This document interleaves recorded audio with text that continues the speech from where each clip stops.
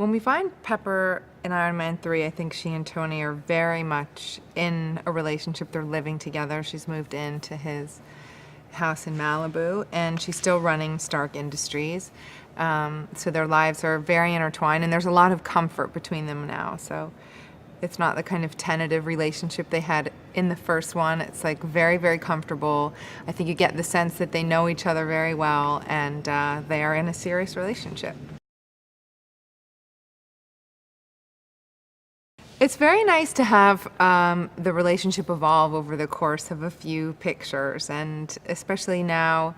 I mean, Robert and I have always had a really great working relationship, and we're very happy working together. And it's nice to phase it into something else. It's still all of like the banter, but it's less, tenuous. Like they're really doing something together.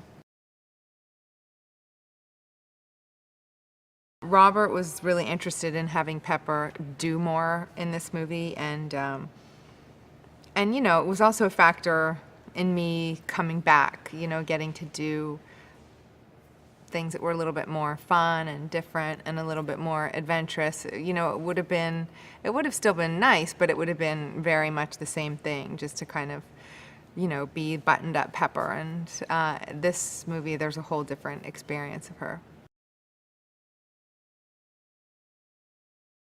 I'm a person who works out anyway, but I felt like for this movie I needed to be like in excellent, excellent shape. So a couple weeks before I came back, then I really like hit it super hard, and I tried to watch what I eat, which I'm not so good at doing, but but I was very focused because I really wanted the whole end sequence to be, unexpected. And I thought if people saw me like that and, fighting and in really good shape, that it would be an extra bonus for the movie, to have, because it sort of looks more comic booky.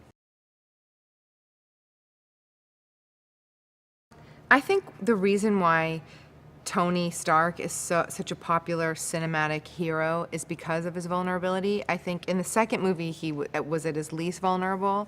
I think in the first movie he goes into his vulnerability and he finds it.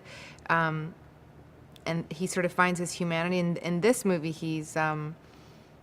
you really see his cracks. You really see kind of the psychology behind why he is going through in a way, metamorphosis he needs to go through, because we understand why he has problems and that his, childhood was the way it was, and he went through a dark period in his life.